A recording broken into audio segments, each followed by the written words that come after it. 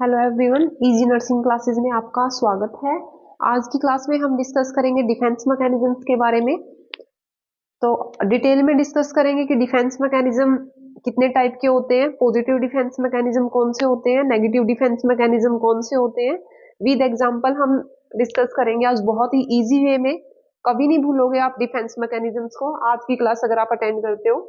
तो defence mechanism सबसे पहले आता है हमारा। डिफेंस मैकेनिज्म को हम मेंटल मैकेनिज्म भी बोलते हैं, also called the mental mechanism भी बोला जाता है डिफेंस मैकेनिज्म को, या फिर हम इनको कोपिंग मैकेनिज्म भी कह सकते हैं। जो टर्म है defence mechanism that is given by the sigmoid fraud. Sigmoid fraud ने ये टर्म दी थी डिफेंस मैकेनिज्म। तो सबसे पहले डेफिनेशन डिफेंस मैकेनिज्म होते क्या है। तो defence mechanism it is a type of coping mechanism that is used to protect the individual from the feeling of anxiety. कई बार क्या होता है, पेनफुल जो होता है, पेनफुल इमोशंस होते हैं, पेनफुल थॉट्स, इमोशंस, इवेंट्स। जो पेनफुल थॉट्स, इमोशन और जो इवेंट्स होते हैं, कई बार अनएक्सेप्टेबल चीजें होती है जो क्या कॉज करती है, एंजाइटी कॉज करती है। तो उस एंजाइटी को रिलीव करने के लिए जो मैकेनिज्म हम यूज करते हैं that is called defence mechanism. ठीक है, तो एक कॉपिंग मैकेनिज्म होता है किसी भी इंडिविजुअल को अपने आप को प्रोटेक्ट करने के लिए और एंजाइटी को रिलीव करने के लिए। अगर कोई भी पेनफुल थॉट्स है, कोई भी इमोशन है, कोई भी पेनफुल इवेंट है, तो पर्सन क्या करता है, डिफेंस मैकेनिज्म्स का यूज करके एंजाइटी को रिलीव करता है। ठीक है, तो जो डिफेंस मैकेनिज्म होते हैं वो दो तरह के होते हैं, positive defence mechanism and the negative defence mechanism. जो पॉजिटिव डिफेंस मैकेनिज्म होते हैं, जब इनका यूज हम करते हैं तो these are safe, healthy and socially acceptable. तो पॉजिटिव डिफेंस मैकेनिज्म सेफ है, किसी को कोई नुकसान नहीं हो रहा, हेल्दी है और सोशली एक्सेप्टेबल है। ठीक है, तो पहले हम डिस्कस करेंगे पॉजिटिव डिफेंस मैकेनिज्म्स के बारे में। तो इसमें सबसे पहले हमारा आता है कंपनसेशन। कंपनसेशन का मतलब क्या होता है कि the person or achieve in one area to compensate shortcoming or failures in another area. इसमें क्या कर होता है कि जो पर्सन होता है एक एरिया में, एक फील्ड में क्या है, शॉर्ट कमिंग्स हैं, उसकी कुछ कमियां हैं, एक फील्ड में अच्छा नहीं कर पा रहा है, तो क्या करता है दूसरे फील्ड में कुछ अचीव करता है कंपनसेट करने के लिए। तो दैट इज कॉल्ड कंपनसेशन। ठीक है, तो एग्जांपल से हम इसको डिस्कस करेंगे। तो कंपनसेशन का मतलब क्या होता है, जैसे कि कोई स्टडी में कोई स्टूडेंट अच्छा नहीं है लेकिन वो स्टूडेंट स्पोर्ट्स में बहुत अच्छा है। ठीक है, तो दैट इज कॉल्ड कंपनसेशन। यानी कि उसने एक फील्ड में उसकी जो शॉर्ट कमिंग्स थी उसने दूसरे फील्ड में उनको कवर कर लिया है, तो that is called the compensation. ठीक है, कोई एक फील्ड में अच्छा नहीं है और उसने दूसरे फील्ड में अगर अच्छा किया है तो दैट इज द कंपनसेशन। फिर आता है हमारा सब्स्टिट्यूशन। सब्स्टिट्यूशन का मतलब होता है replacement of highly valued unacceptable things with a thing that is more acceptable to ego. इसमें हम क्या करते हैं, रिप्लेसमेंट करते हैं कि कोई अनअक्सेप्टेबल चीज है जो हमें नहीं मिली है, तो उसमें हम क्या करेंगे, किसी दूसरी चीज से उसके उसको कोई दूसरी चीज है अगर वो हमें मिल जाती है तो हमारी जो ईगो होती है वो सेटिस्फाई हो जाती है। तो that is called the substitution. यानी कि उसका कुछ सब्स्टिट्यूट हमें मिल गया है, जिस चीज के जो चीज हमें चाहिए थी वो चीज हमें नहीं मिली है। सॉरी, जो चीज हमें चाहिए थी वो हमें नहीं मिली है लेकिन उसका कुछ सब्स्टिट्यूट अगर हमें मिल गया है तो दैट इज कॉल्ड सब्स्टिट्यूशन। यानी कि उसकी रिप्लेसमेंट हो गई है किसी दूसरी चीज के साथ that is acceptable to the ego.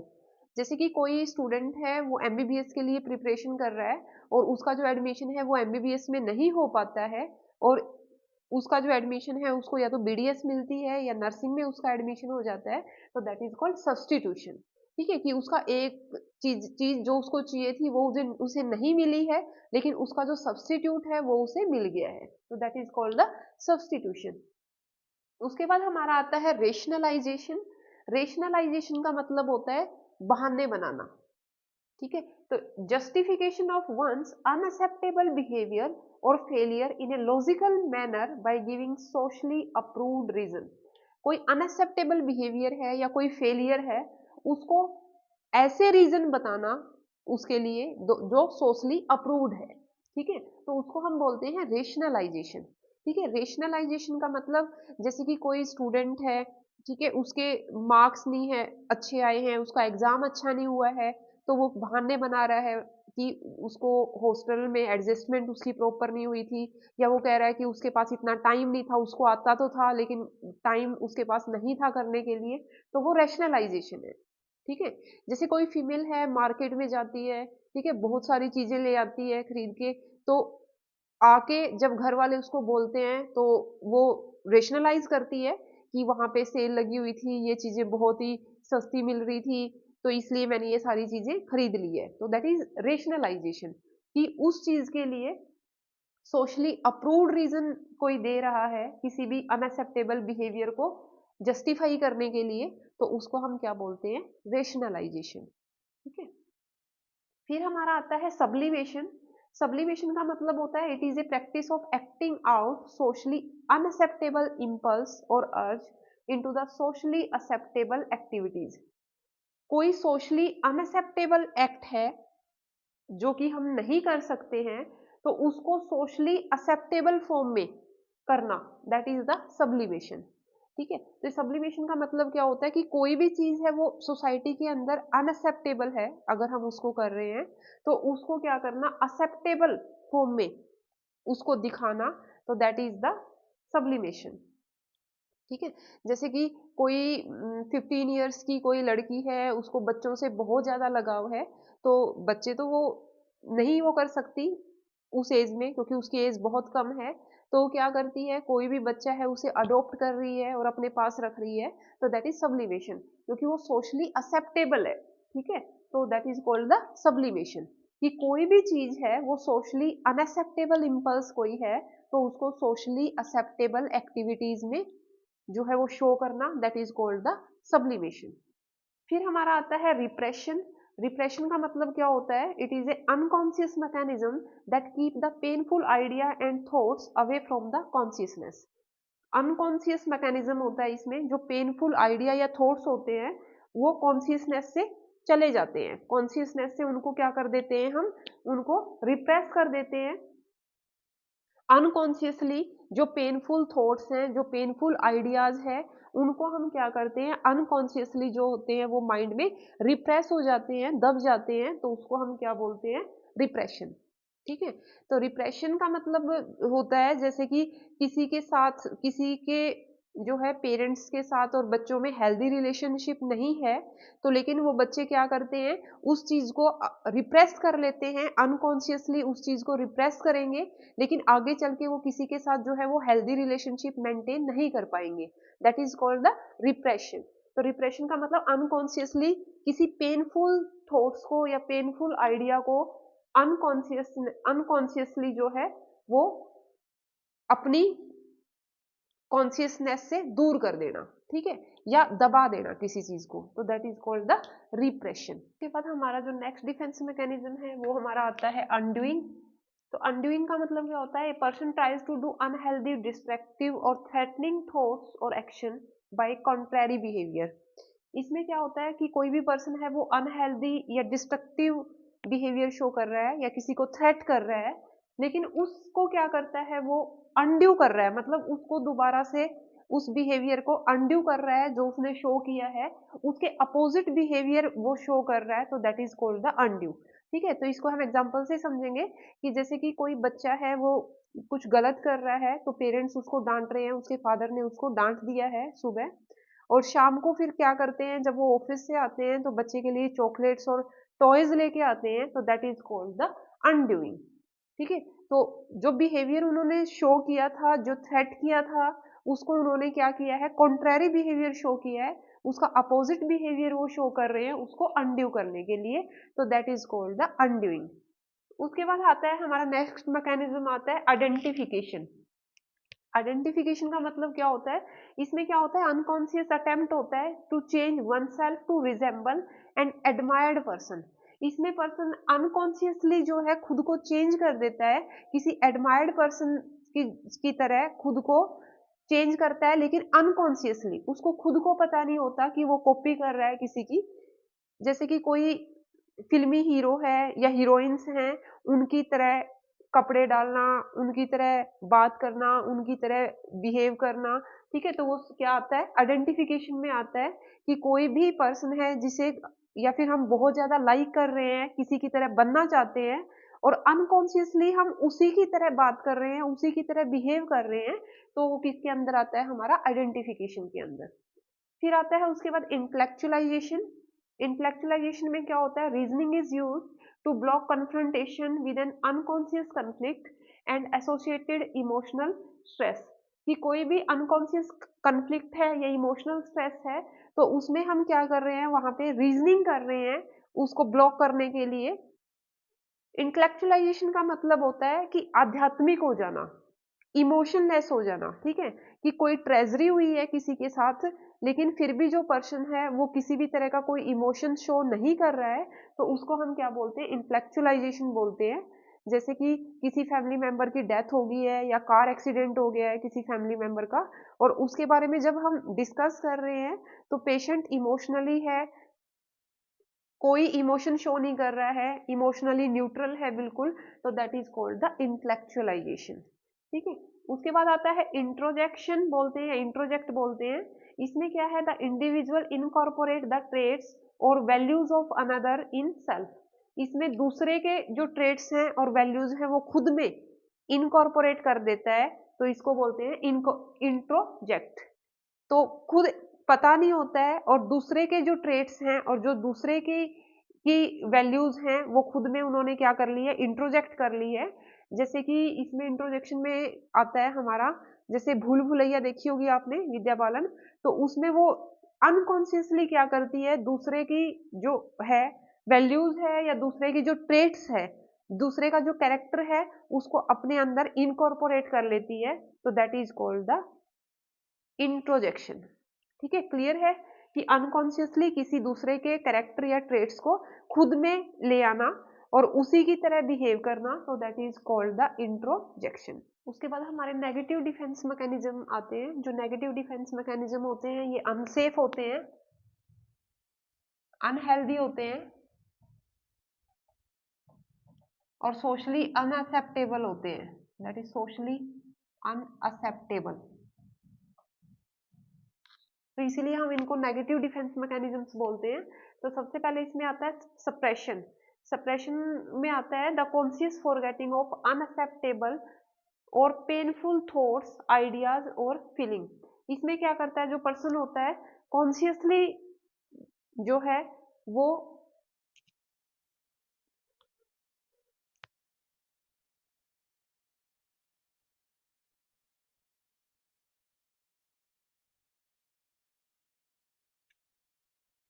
जो सप्रेशन होता है इसमें क्या होता है, the conscious forgetting of unacceptable और पेनफुल थॉट्स, आइडियाज और फीलिंग। कॉन्शियसली क्या करते हैं, भूल जाते हैं जो अनएक्सेप्टेबल या पेनफुल थॉट्स होता है या कोई फीलिंग होती है पेनफुल या पेनफुल आइडिया है, उसको क्या करेंगे, सप्रेस कर देते हैं, उसको दबा देते हैं और कॉन्शियसली जो है उसको हम याद नहीं रखते, तो that is called the suppression. कि कॉन्शियसली उस वो चीज हमने जो है वो सप्रेस कर दी है, ठीक है। जैसे किसी के साथ, किसी फ्रेंड के साथ लड़ाई हो जाती है, लेकिन उसके बाद फिर इंटरव्यू देने के लिए जाना है किसी पर्सन को, तो वो क्या करता है, कॉन्शियसली उस चीज को स्ट्रेस कर देता है, उस चीज को याद नहीं रखता है, तो that is called the suppression, ठीक है। उसके बाद हमारा आता है डिस्प्लेसमेंट। डिस्प्लेसमेंट का मतलब होता है feeling towards one person are directed to another who is less threatening. इसमें जो पर्सन होता है, जो फीलिंग होती है किसी पर्सन के लिए, वो उस पर्सन को शो नहीं कर सकता, लेकिन किसी दूसरे को शो करता है वो फीलिंग्स जो लेस थ्रेटनिंग है, ठीक है। जैसे फॉर एग्जांपल क्या होता है कि कोई पर्सन है, ऑफिस में है और उससे कोई गलती हो जाती है और उसका जो बॉस है वो उसको डांटने लग जाता है, तो वो अपने बॉस को तो कुछ कह नहीं सकता, लेकिन क्या करता है, वो घर आके अपने जो वाइफ है और बच्चे हैं उनके ऊपर गुस्सा कर निकालता है, तो that is called the displacement. यानी कि जो लेस थ्रेटनिंग चीजें हैं, लेस थ्रेटनिंग ऑब्जेक्ट है, उन पे अपनी फीलिंग्स अगर हम शो कर रहे हैं तो that is called the displacement. उसके बाद हमारा आता है projection. The individual either consciously और unconsciously blame another person for his और हर फेलियर। इसमें पर्सन क्या करता है, दूसरे को ब्लेम करता है खुद के फेलियर के लिए। Sorry. तो इसमें दूसरे को ब्लेम करता है। जैसे कि क्या होता है, कोई सर्जन है ओटी में सर्जरी कर रहा है और उससे खुद से कोई मिस्टेक हो जाती है, तो जो वॉश हो रखी है, जो नर्सिंग ऑफिसर वॉश हो रखा है साथ में, वो उसको डांटना शुरू कर देता है। तो दैट इज द प्रोजेक्शन, यानी कि खुद की गलती के लिए किसी दूसरे को ब्लेम करना कि तुम्हारी वजह से ऐसा हुआ है। ठीक है, तो उसको हम क्या बोलेंगे, प्रोजेक्शन। फिर आता है फिक्सेशन। फिक्सेशन होता है never advancing to the next level of emotional development.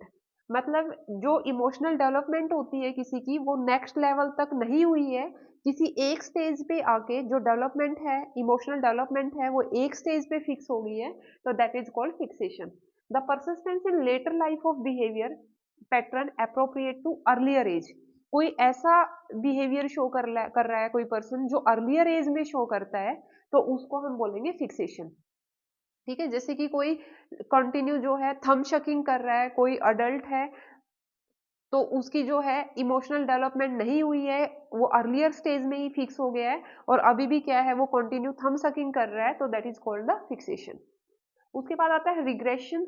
Unconscious return to earlier more comfortable development stage. Unconsciously खुद को पता नहीं है, कोई पर्सन जो है वो कंफर्टेबल डेवलपमेंट स्टेज में आ गया है, अर्लियर स्टेज में। ठीक है, जैसे कोई अडल्ट है और उसको कोई अपनी बात मनवानी है, तो वो रोना शुरू कर देता है, टेम्पर टेंड्रम शो करता है, तो इसको हम क्या बोलेंगे, रिग्रेशन बोलते हैं। कि जो अडल्ट है उसकी जो एज है उसके अकॉर्डिंग जो है उसे वो नहीं शो करना है, लेकिन अगर वो ऐसा कर रहा है अपनी बात मनवाने के लिए, जो है रोना शुरू कर दिया है उसने अडल्ट ने, तो that is called the regression. तो अनकॉन्शियसली इसमें क्या होता है, अर्लियर डेवलपमेंट स्टेज में चला जाता है कोई पर्सन, तो उसको हम रिग्रेशन बोलते हैं। नेगेटिव डिफेंस मैकेनिज्म में फिर हमारा आता है फैंटेसी। फैंटेसी का मतलब क्या होता है, फैंटेसी का मतलब होता है डे ड्रीमिंग, कुछ ना करना, सिर्फ बैठ के सपने देखना। ठीक है, दैट इज कॉल्ड फैंटेसी। तो इसमें क्या है, gratification by imaginary achievement and wishful wishful thinking. जो खुद की विशेस होती है या अचीवमेंट्स होती है, उनके बारे में सिर्फ सोचते रहना, सिर्फ डे ड्रीमिंग करना, तो that is called the fantasy. उसके बाद रिएक्शन फॉर्मेशन आता है। रिएक्शन फॉर्मेशन का मतलब होता है unacceptable feeling and behaviour is replaced by opposite feeling and emotions. ठीक है, जो हमारी अनअक्सेप्टेबल फीलिंग और बिहेवियर है वो शो ना करके किसी के प्रति अपोजिट बिहेवियर शो करना, तो उसको हम बोलते हैं रिएक्शन फॉर्मेशन। ठीक है, जैसे हमारा कोई फ्रेंड है, उसके मार्क्स एग्जाम में हमसे ज्यादा आ गए हैं, ठीक है, लेकिन हम उसको ये चीज नहीं बता सकते, उससे हमें जेलस फील हो रही है, ये चीज हम उसे नहीं बता सकते, ठीक है, क्योंकि वो अनअक्सेप्टेबल है। लेकिन फिर भी उसके आगे क्या है, अच्छा बिहेवियर शो करना, खुशी दिखाना, ठीक है, खुश होना, तो that is the reaction formation. इसका दूसरा एग्जांपल है, जैसे कि कोई अपनी मदर इन लॉ को ज्यादा लाइक नहीं करते हैं, तो उसको वो चीज कह नहीं सकते, मतलब वो अनअक्सेप्टेबल है, और दूसरों के आगे अच्छा बनना और उसके आगे अच्छा बन के रहना, ठीक है, तो that is the reaction formation. ठीक है, कि जो अनअक्सेप्टेबल फीलिंग है, अनअक्सेप्टेबल बिहेवियर है, वो हम शो नहीं कर सकते, उसके अपोजिट अगर बिहेवियर शो कर रहे हैं, तो that is the reaction formation. फिर आता है कन्वर्जन। इसमें क्या होता है, psychological conflict that change into the physical symptom. कोई साइकोलॉजिकल स्ट्रेस है, कन्फ्लिक्ट है, वो किस में चेंज होगी है, फिजिकल सिम्टम्स में। ठीक है, मोस्ट कॉमनली क्या होता है बच्चों में, जब टेस्ट देना होता है या एग्जाम्स होते हैं, तो बहाने बनाना कि हेडेक हो रहा है, पेट में दर्द हो रहा है, ठीक है, तो दैट इज कॉल्ड कन्वर्जन। कि जो साइकोलॉजिकल कन्फ्लिक्ट है वो किस में चेंज होगी है, हमारी फिजिकल सिम्टम्स में। उसके बाद हमारा आता है डिसोसिएशन। डिसोसिएशन का मतलब होता है the blocking of N anxiety provoking from the conscious mind. कोई भी एंजाइटी प्रोवोकिंग सिचुएशन है और हमने कॉन्शियसली उसको क्या कर दिया है, ब्लॉक कर दिया है, तो उसको हम क्या बोलते हैं, डिसोसिएशन। ठीक है, जैसे कि कोई किसी के पेरेंट्स की किसी कार एक्सीडेंट में अगर डेथ हो गई है पहले, तो हम उसको क्या करते हैं, हम उसको रिकॉल नहीं करते हैं, तो that is called the dissociation. यानी कि ये क्या होता है, एक टाइप का एमनेजिया होता है, कि कॉन्शियसली हमने उस चीज को क्या कर दिया है, ब्लॉक कर दिया है, उस चीज को हम रिकॉल नहीं कर रहे हैं क्योंकि वो एंजाइटी प्रोड्यूसिंग इवेंट है एंड एंजाइटी प्रोवोकिंग इवेंट है, तो that is called the dissociation. उसके बाद आता है डिनाइल। डिनाइल का मतलब होता है refuse to accept the reality, reality को एक्सेप्ट ना करना, क्योंकि अगर रियलिटी को एक्सेप्ट करेंगे तो वो एंजाइटी प्रोड्यूस करेगी, तो इसको हम बोलते हैं डिनाइल। ठीक है, जैसे कि जो स्मोकर्स होते हैं वो इस बात को कभी नहीं मानते कि स्मोकिंग इज इंजurious टू हेल्थ।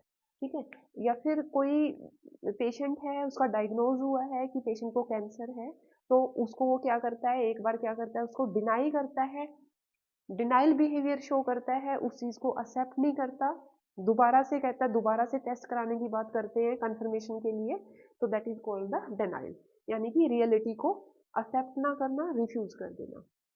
ठीक है, फिर इसके बाद हमारे जो डिफेंस मैकेनिज्म रह गए हैं that is the transference. Transference, transference का मतलब होता है कि कोई भी मेंटल हेल्थ नर्स है, साइकेट्रिक वार्ड में काम कर रही है, और इसमें क्या होता है, अगर वो है काम करते हुए जो पेशेंट है उसमें अपनी जो है किसी रिलेटिव्स को देख रहा है, जो पेशेंट है उसको लग रहा है कि जो मेंटल हेल्थ नर्स है उसकी जो शक्ल है वो उसकी बेटी की तरह है, उसकी बेटी से मैच कर रही है और वो उसी की तरह उसे बिहेव करता है, तो that is the counter transference, that is the transference. ठीक है, उसके बाद हमारा आता है काउंटर ट्रांसफेरेंस, इसमें अपोजिट होता है काउंटर ट्रांसफेरेंस में। इसमें क्या होता है, जो पेशेंट है, ट्रांसफेरेंस में तो जो पेशेंट है वो मेंटल हेल्थ जो नर्स है उसमें क्या होता है, अपने किसी रिलेटिव की इमेज देख या फैमिली मेंबर की जो इमेज है वो देखता है। काउंटर ट्रांसफेरेंस में उल्टा होता है, इसमें जो मेंटल हेल्थ नर्स होती है, जो साइकेट्रिक वार्ड में काम कर रही है, वो किसी पेशेंट के अंदर अपने फैमिली मेंबर की इमेज देखती है और उसी की तरह उसकी केयर करती है, तो that is called the counter transference. ठीक है, जैसे कोई पेशेंट है उसको अपने फादर के जैसे लग रहा है और उसकी उसी की तरह वो उसकी केयर कर रही है, तो that is the counter transference. ठीक है, तो ये था हमारा डिफेंस मैकेनिज्म्स के बारे में, आई थिंक आपको क्लियर हो गए होंगे सारे। तो बहुत ही इंपॉर्टेंट है, हर कॉम्पिटिटिव एग्जाम में जो क्वेश्चन है वो जनरली पूछा जाता है। ठीक है, तो थैंक यू सो मच।